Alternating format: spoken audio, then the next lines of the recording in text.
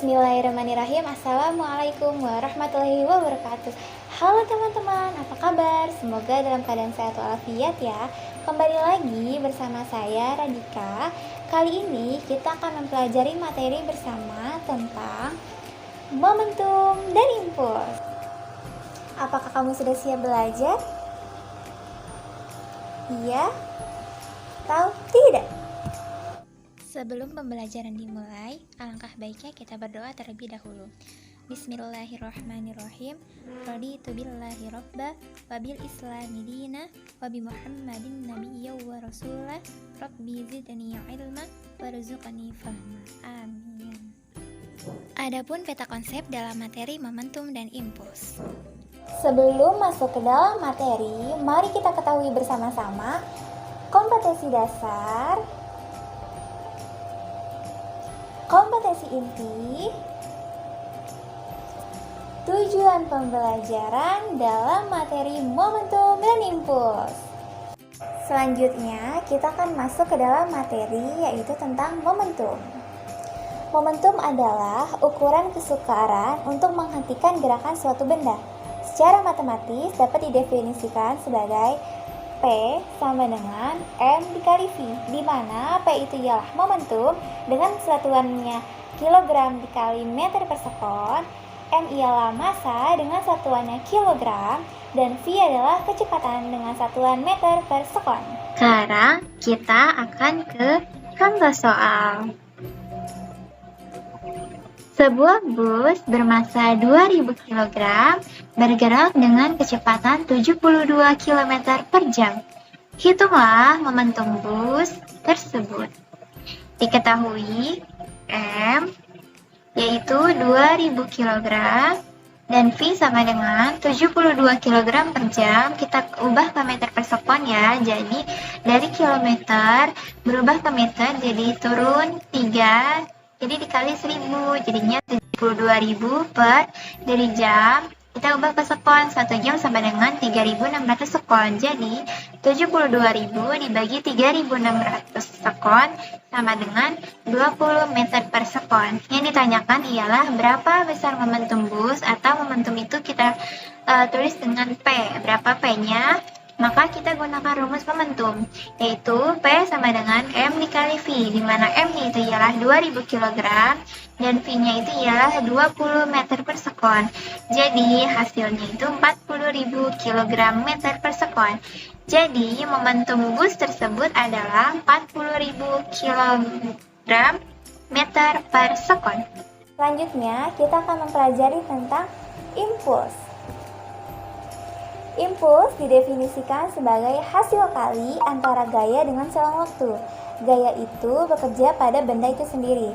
Secara matematis, impuls dituliskan sebagai I sama dengan F dikali delta T, di mana I ialah impuls dengan satuannya N dikali S, F ialah gaya dengan satuannya Newton, dan delta T adalah waktu dengan satuannya sekon. Selanjutnya, kita akan ke contoh soal. Sebuah benda bermassa 1 kg dalam keadaan diam, kemudian dipukul dengan gaya sebesar F, sehingga benda bergerak dengan kecepatan 8 meter per sekon. Jika pemukul menyentuh bola selama 0,02 sekon, tentukanlah A. perubahan belahan momentum benda, dan B. besar gaya F yang bekerja pada benda. Penyelesaiannya, yang A itu ialah perubahan momentum, jadi dirumuskan delta P sama dengan M dikali V2 dikurang M dikali V1. M-nya itu ialah 1 kg, V2-nya itu ialah kecepatan kedua, atau kecepatan akhir, jadinya 8 meter per sekon, dikurang M-nya itu ialah 1 kg, dan V awalnya itu karena dia dalam keadaan diam, jadi kecepatan awal itu 0 meter per sekon. Nah, 1 dikali 8 sama dengan 8 kg meter per sekon, dikurang 1 dikali 0 hasil 0, jadi 8 dikurang 0 sama dengan 8 kg meter per sekon. Yang kedua ditanyakan berapa besar gaya F. Jadi kita gunakan rumus F dikali delta T sama dengan M V2 dikurang M V1. F dikali delta T-nya itu ialah perubahan waktunya. Di soal sudah diketahui sebesar 0,02 sekon. M-nya tadi, M dikali V2 kurang M V1 itu sudah kita cari juga di yang A ya, perubahan momentum. Jadi tinggal ditulis saja hasilnya 8 kg meter per sekon. Yang ini kita pindah ruas, dari kali pindah ruas jadi bagi. Jadi F sama dengan 8 dibagi 0,02 N. Jadi F itu sebesar 400 Newton. Selanjutnya, kita akan mempelajari tentang jenis-jenis tumbukan. Pada jenis-jenis tumbukan terbagi menjadi 3. Yang pertama ada tumbukan lenting sempurna, tumbukan lenting tidak sama sekali, dan tumbukan lenting sebagian. Selanjutnya, kita akan membahas tentang tumbukan lenting sempurna. Misalnya, dua benda bermassa M1 dan M2 dengan kecepatan masing-masing V1 dan V2 saling bertumbukan. Dan setelah terjadi tumbukan, keduanya saling berlawanan arah. Dua benda dikatakan mengalami tumbukan lenting sempurna jika selama tumbukan tidak ada energi yang hilang. Sehingga pada peristiwa ini akan berlaku yang pertama ialah hukum kekekalan momentum. Yang kedua, hukum kekekalan energi kinetik, dan yang ketiga, koefisien restitusinya bernilai 1. Tumbukan lenting sempurna terjadi pada partikel-partikel berskala atomik atau lebih kecil lagi. Selanjutnya, kita ke contoh soal. Dua buah benda mempunyai massa yang sama, yaitu 250 gram, bergerak dari arah berlawanan dan bertumbukan lenting sempurna. Jika kecepatan sebelum bertumbukan benda pertama sebesar 2 meter per sekon dan benda kedua sebesar 3 meter per sekon, tentukan kecepatan kedua benda setelah bertumbukan. Yang pertama, saya akan menggambarkan ilustrasi gerak, yaitu ada benda 1 dan ada benda 2. Benda 1 akan bergerak ke kanan, sedangkan benda 2 bergerak ke kiri. Nah, antara benda 1 dan benda 2 bergerak berlawanan arah. Kita pakai ketetapan untuk kecepatan. Jika arah kecepatannya ke kiri, maka kita beri tanda negatif.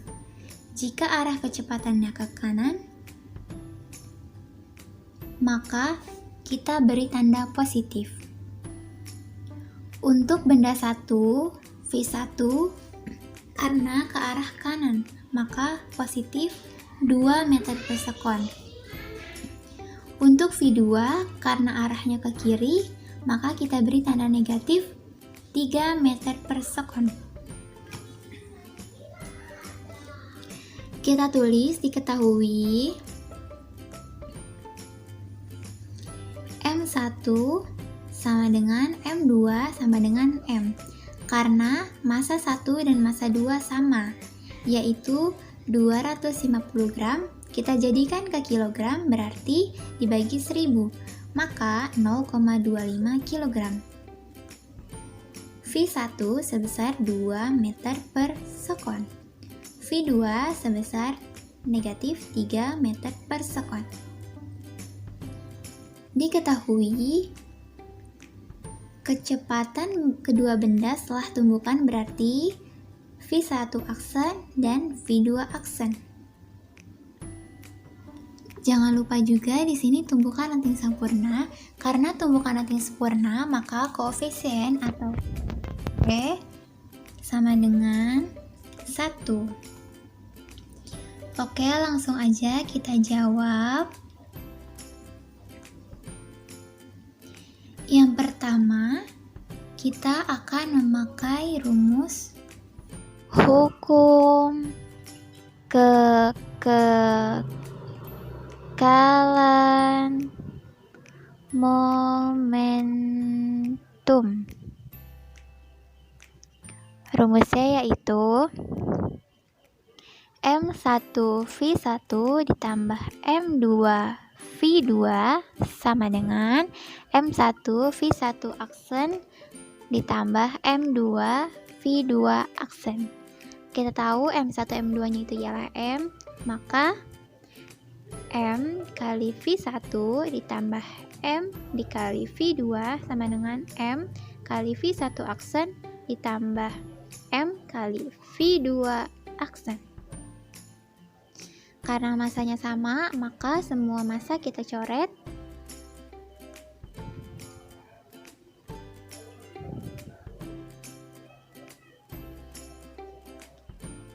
Jadinya tinggal V1 tambah V2 sama dengan V1 aksen tambah V2 aksen. Kita tulis 2 tambah min 3 sama dengan V1 aksen tambah V2 aksen. 2 tambah min 3 ialah hasilnya. Min 1 sama dengan V1 aksen ditambah V2 aksen. Jadi V1 aksen tambah V2 aksen sama dengan min 1. Kita tulis ini ialah persamaan pertama. Yang kedua, kita gunakan rumus restitusi, yaitu E sama dengan min V1 aksen dikurang V2 aksen per V1 min V2.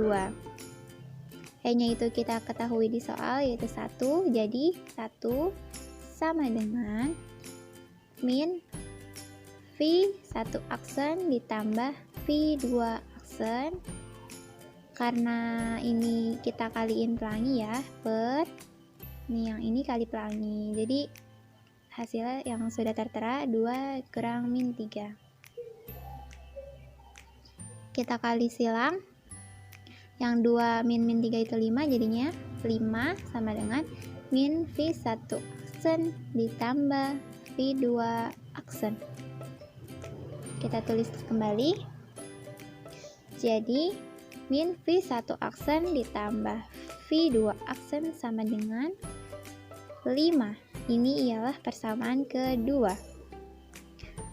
Selanjutnya kita substitusi persamaan 1 dan persamaan 2.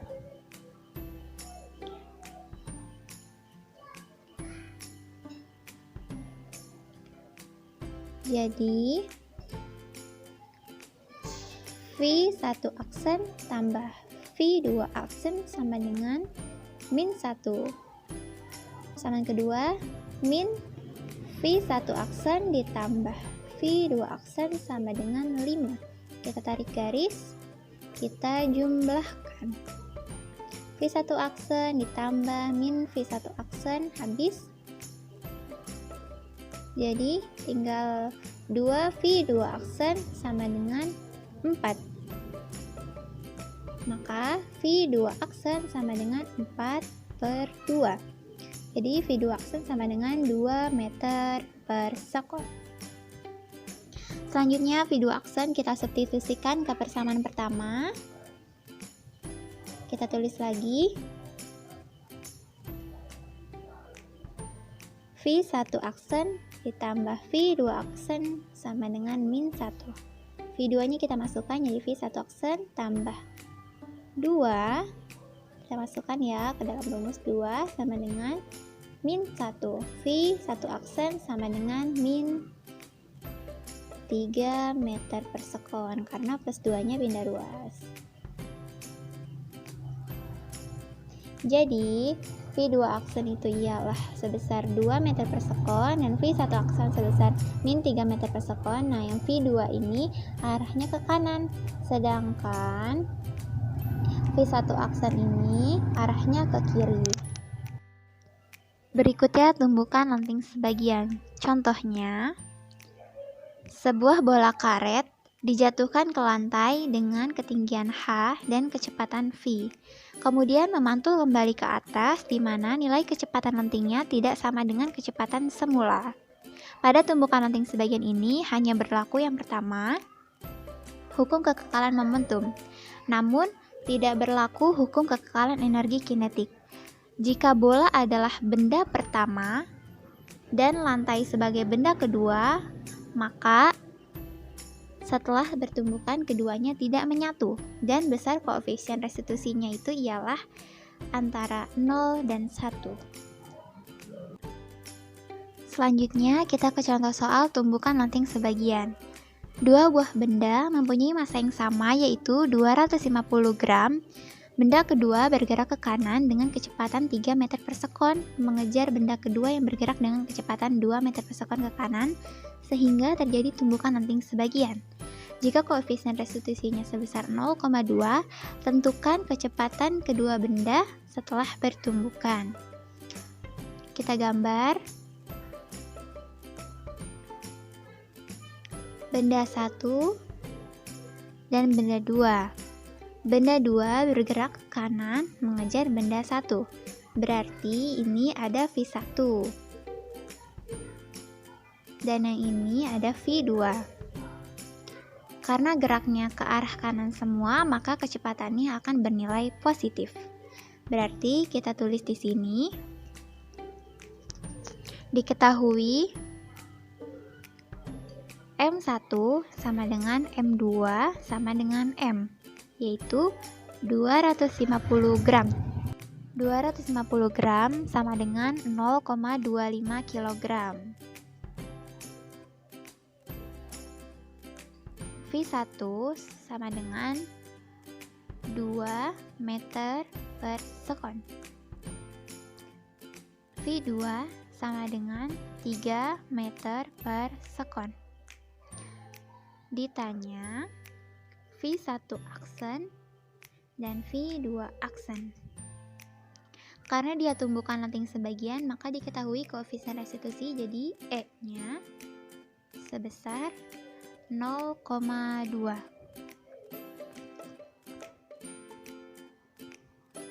Maka yang pertama untuk menjawabnya, kita gunakan rumus hukum kekekalan momentum. Rumusnya itu M1V1 tambah M2V2 sama dengan M1V1 aksen tambah M2V2 aksen. Kita tulis kembali karena masanya sama, M kali V1 ditambah M kali V2 sama dengan M kali V1 aksen ditambah M kali V2 aksen. Karena masanya sama, jadi bisa kita coret. Jadinya V1 tambah V2 sama dengan V1 aksen tambah V2 aksen. Kita tulis 2 tambah 3 sama dengan V1 aksen tambah V2 aksen.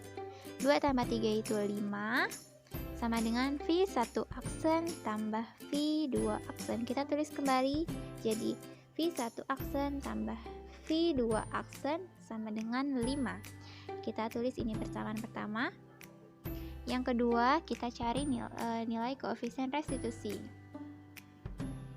yaitu E sama dengan min V1 aksen min V2 aksen per V1 min V2. Kita kali pelangi, kita tulis E-nya itu diketahui 0,2 sama dengan min, kita kali pelangi ya, yang sini ini min kali V1 aksen min kali V2 aksen. Jadi min V1 aksen ditambah V2 aksen per V1 tambah V1 min V2 nya itu udah diketahui, jadi langsung 2 kurang 3. Sekarang kita kali pelangi ya, karena 2 kurang 3 min 1, jadi min 0,2 sama dengan min V1 aksen tambah V2 aksen. Kita tulis kembali, min V1 aksen tambah V2 aksen sama dengan min 0,2. Kita tulis ini ialah persamaan kedua. Selanjutnya kita substitusi persamaan satu dan persamaan kedua. Maka kita tulis kembali, V1 aksen ditambah V2 aksen sama dengan 5 min V1 aksen tambah V2 aksen sama dengan min 0,2. Kita tarik garis, kita tambahkan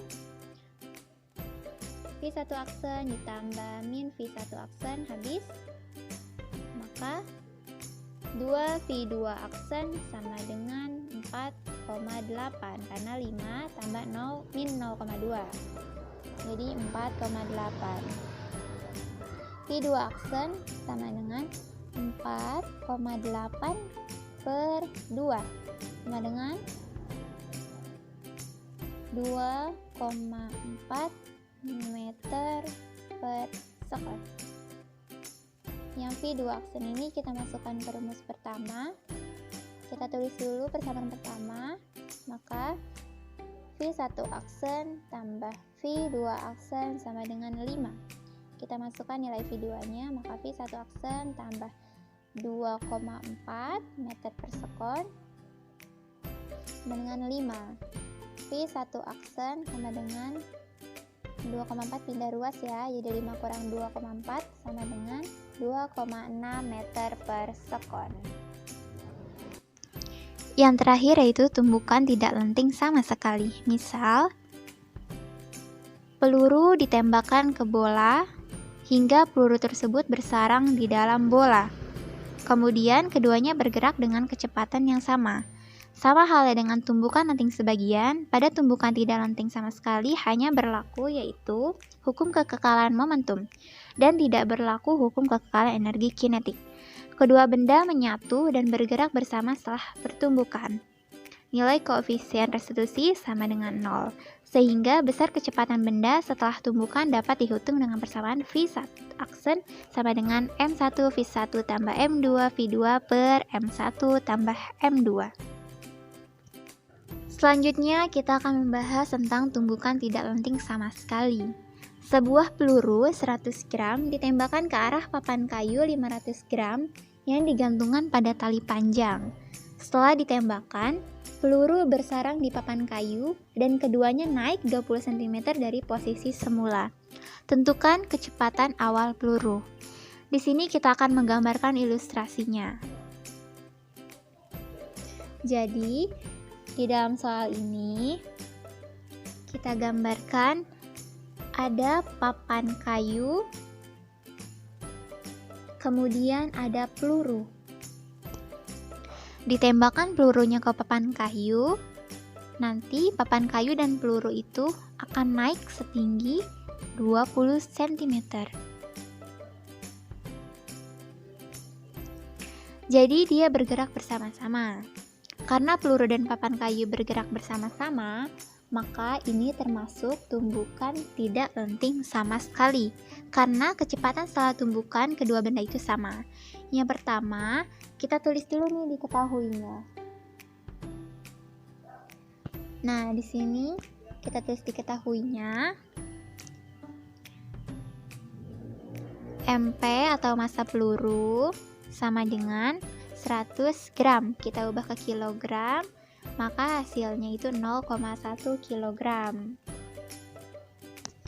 Massa kayu sama dengan 500 gram. Kita ubah juga ke kilogram jadi 0,5 kilogram. Ketinggian atau H sama dengan 20 cm. Kita ubah ke meter, maka 0,2 meter. Yang ditanya yaitu VP berapa ya?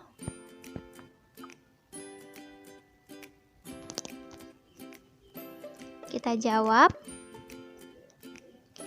Yang pertama itu ialah kecepatan bersama setelah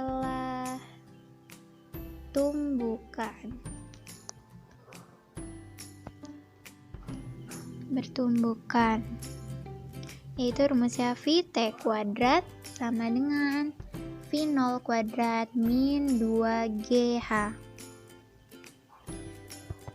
Karena VT-nya itu ialah 0, kecepatan akhirnya, maka 0 sama dengan V0 kuadrat min 2, G-nya itu ialah sebesar 10 dikali H-nya 0,2.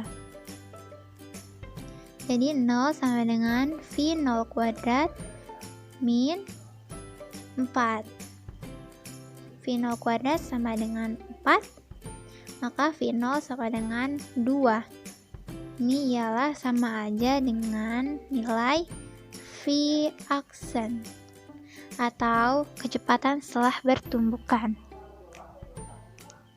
Yang kedua, kita akan mencari rumus hukum kekekalan momentum. Rumusnya itu ialah MP VP tambah MK VK sama dengan MP tambah MK dikali V aksen. Kita masukkan nilai yang sudah diketahui, 0,1 kali VP ditambah 0,5, MK-nya itu 0,5 dikali 0, karena VK-nya itu 0 ya, sama dengan 0,1 tambah 0,5 kali V aksen. Kita kalkulasiin, jadi 0,1 VP sama dengan 0,6 V aksen. Jadi 0, kita tulis di sampingnya, 0,1 VP sama dengan 0,6 kali 2. Jadi 0,1 VP sama dengan 0,6 kali 2, 1,2. Jadi VP sama dengan 1,2 bagi 0,1 sama dengan 12 meter per sekon. Selanjutnya kita akan membahas tentang momentum dan impuls dalam kehidupan sehari-hari. Yang pertama yaitu sebuah pistol yang akan ditembakkan. Sebelum peluru ditembakkan dari pistol, peluru dan pistol dalam keadaan diam. Pada saat peluru ditembakkan ke arah kanan, peluru dan pistolnya bergerak dengan kecepatan tertentu. Pistol akan tertolak berlawanan arah dengan arah gerak peluru, yaitu ke arah kiri. Percepatan yang diterima oleh pistol ini berasal dari gaya reaksi peluru pada pistol, atau yang biasa kita sebut juga dengan hukum 3 Newton. Yang kedua yaitu palu. Mengapa palu tidak dibuat dari kayu, tetapi dibuat dari besi pada bagian kepalanya? Nah, tujuannya supaya selang waktu kontak menjadi lebih singkat, sehingga gaya impuls yang dihasilkan lebih besar. Kalau gaya impulsnya besar, maka paku akan tertanam lebih dalam. Yang ketiga yaitu sarung tinju. Sarung tinju yang dipakai oleh para petinju ini berfungsi untuk memperlama bekerjanya gaya impuls ketika memukul lawannya. Pukulan tersebut memiliki waktu kontak yang lebih lama dibandingkan memukul tanpa sarung tinju. Maka gaya yang bekerja juga semakin kecil, sehingga sakit terkena pukulan bisa dikurangi. Bagaimana teman-teman untuk pelajaran hari ini? Semoga apa yang kita pelajari bermanfaat untuk diri kita dan untuk orang lain ya. Dan semoga menjadi catatan amal ibadah kita kepada Allah Subhanahu wa Ta'ala. Semangat terus belajarnya, jangan sampai putus asa. Kejarlah cita-citamu setinggi mungkin. Sebelum diakhiri, mari kita berdoa bersama-sama, doa penutup majelis. Bismillahirrahmanirrahim. Subhanakallahumma wa bihamdika asyhadu alla ilaha illa anta astaghfiruka wa atubu ilaik. Dari saya mohon maaf apabila dalam penyampaian materi masih banyak kekurangan atau salah-salah kata dan perbuatan dalam penyampaian materi hari ini. Dan saya akhiri, wassalamualaikum warahmatullahi wabarakatuh. Sampai jumpa.